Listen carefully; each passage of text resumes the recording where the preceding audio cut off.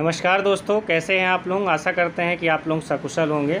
Friends, आज यहाँ पर मैं एक नए टॉपिक के साथ आया हूँ, एसिड रिफ्लक्स। एसिड रिफ्लक्स का मतलब होता है कि आपके जो है स्टमक से, यानी जो खाने वाली थैली है उससे जो है एसिड का पलटकर आपके ईसोफेगस यानी कि खाने वाली नली में आना।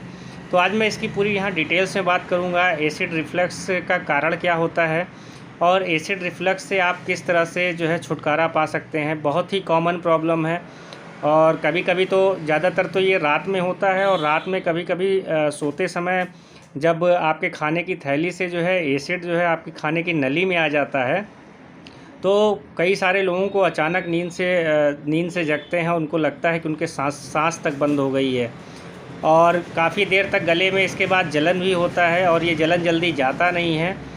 इससे हार्ट बर्न भी काफ़ी होता है, यानी हृदय में जलन काफ़ी देर तक बनी रहती है।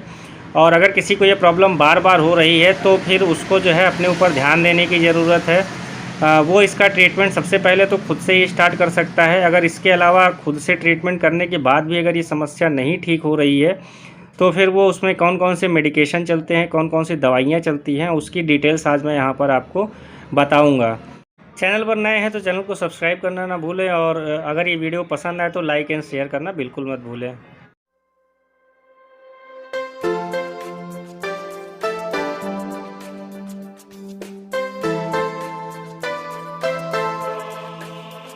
एसिड रिफ्लक्स को समझने से पहले हमको अपना डाइजेस्टिव सिस्टम समझना पड़ेगा।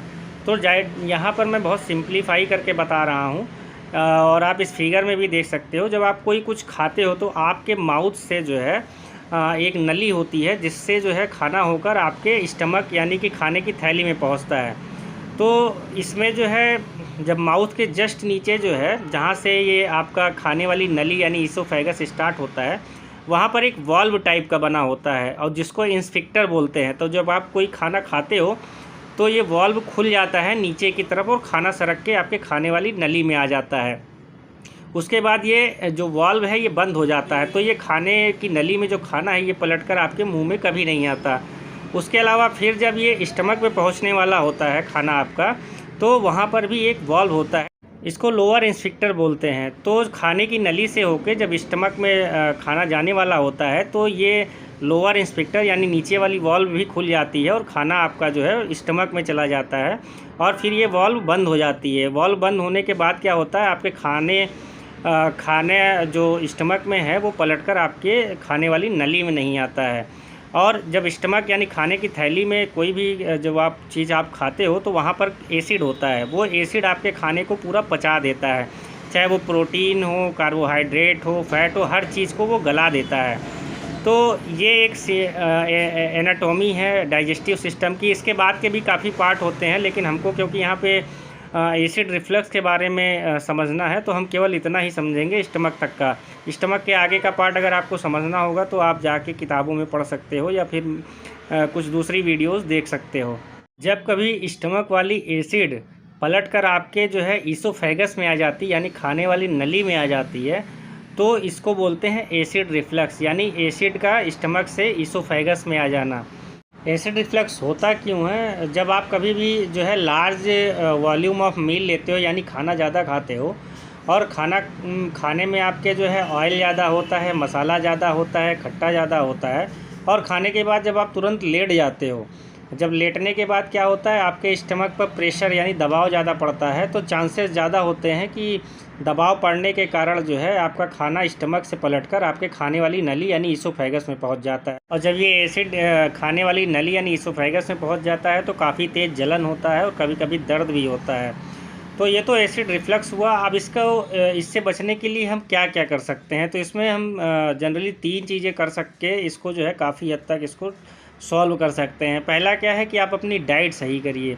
दूसरा क्या है कि आप अपने रहने का तरीका ठीक करिए, यानी लाइफ स्टाइल को चेंज करें। और अगर इन दोनों चीज़ों से वैसे तो काफ़ी हद तक ठीक हो जाएगा, लेकिन नहीं होता तो आपको फिर मेडिसिन्स पे आना पड़ेगा। सबसे पहले बात करेंगे लाइफ स्टाइल में क्या क्या चेंजेस आप कर सकते हैं। तो नंबर 1, अगर आप निकोटीन का ज़्यादा इस्तेमाल करते हैं, निकोटीन मतलब मसाला, गुटखा, अगर आप इसका ज़्यादा इस्तेमाल करते हैं और आपको ये समस्या है तो आपको इसको काफ़ी हद तक कम करना पड़ेगा। उसके अलावा जो है आपको जो है अगर वेट ज़्यादा है आपका तो आपको अपना वेट कम करना पड़ेगा। अगर आप स्मोकिंग ज़्यादा करते हो तो आपको स्मोकिंग काफ़ी कम करनी पड़ेगी, और जिससे कि जो है स्मोकिंग कम करने के बाद इसकी समस्या आपको काफ़ी हद तक जो है सॉल्व मिलेगी। उसके अलावा अगर आप अल्कोहल का ज़्यादा कंज्यूम करते हैं तो अल्कोहल के कंजप्शन को आपको कम करना पड़ेगा। उसके अलावा जो है आप खाली पेट जो है एक्सरसाइज करें। आप खाना खाने के बाद कभी एक्सरसाइज मत करें, क्योंकि खाना खाने के बाद जब आप एक्सरसाइज करेंगे तो आपके स्टमक पर प्रेशर पड़ेगा और ये समस्या जाएगी नहीं, बल्कि आपका जो खाने की नली इसोफेगस है वो कमज़ोर हो जाएगी एसिड के बार बार खाने की नली में आने से।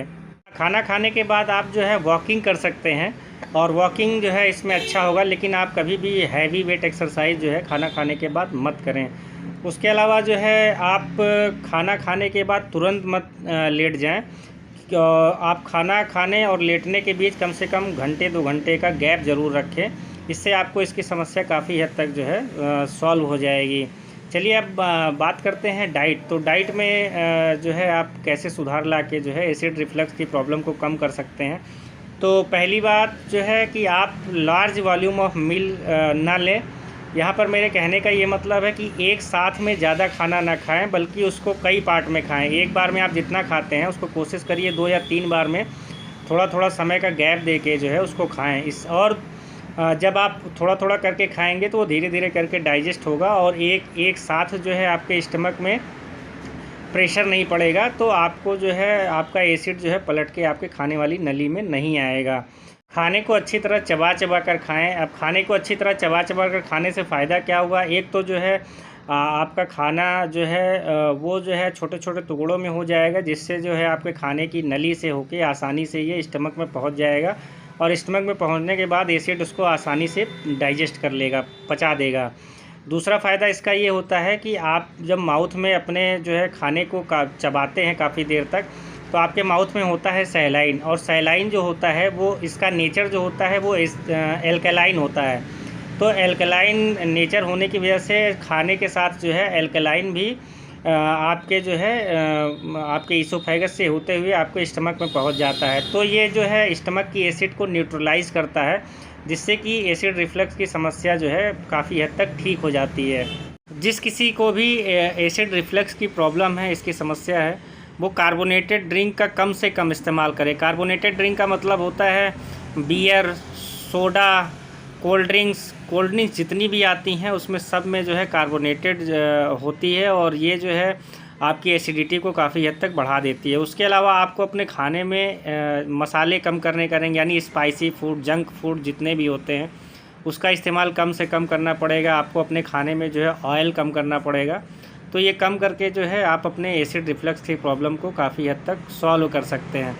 टोमेटो सॉस जो होता है, यानी खट्टी चीज़ें जो भी होती हैं, उसका इस्तेमाल आपको कम से कम करना पड़ेगा।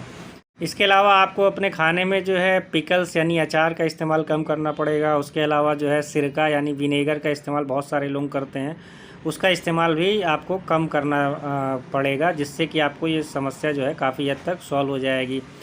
अब अगर आपको ये अचानक से प्रॉब्लम आई है जो है और कभी कभी आ रही है, तो आप बहुत सारी मेडिसिन्स आती हैं जिसका इस्तेमाल करके जो है आप इसको जो है तुरंत ठीक कर सकते हैं।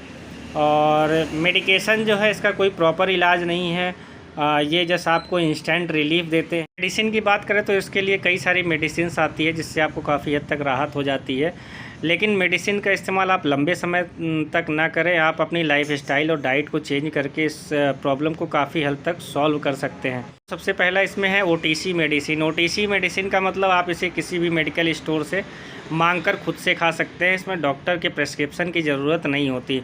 अब ओटीसी मेडिसिन्स में कौन कौन सी आती है, तो आप इनो ले सकते हैं। इनो के अलावा आप जो है डाइजिन टैबलेट का इस्तेमाल कर सकते हैं, या मार्केट में और कई सारे जो है ओटीसी मेडिसिन इंटरसिट्स की आपको दूसरे नामों से मिल जाएगी। उसके अलावा जो दूसरी मेडिसिन्स है वो H2 रिसेप्टर ब्लॉकर्स होती हैं। इसमें कई सारे जो है मॉलिक्यूल आते हैं, जैसे आपका रेनिटिडीन, फेमोटिडीन। अब इसमें जो फेमस ब्रांड है उसके नाम मैं कुछ बता देता हूँ, हो सकता हो कुछ और नामों से भी मार्केट में आपको ये मिल जाए। इसमें जो फेमस ब्रांड्स आते हैं उसमें जिनटैक आता है, रेंटैक आता है, तो ये फेमस ब्रांड है जो H2 रिसेप्टर ब्लॉकर्स है। उसके अलावा जो तीसरी टाइप की मेडिसिन आती है वो प्रोटॉन पंप इनहिबिटर हैं। प्रोटॉन पंप इन्वर्टर में भी कई तरह के जो है मेडिसिन्स आती हैं, तो उसमें जो मॉलिक्यूल होता है उसको मैं बता देता हूँ। इसमें मॉलिक्यूल पेंटोप्राजोल होता है, या फिर ओमिप्राजोल हो सकता है, या फिर लैंसोप्राजोल हो सकता है। इसके फेमस ब्रांड का नाम मैं अगर बताऊं तो इसमें पैन डी है, उसके अलावा आपका रेबीमैक DSR है, ओमेज डी है, या मार्केट में और बहुत सारे नामों से जो है ये आपको मिल जाएगी।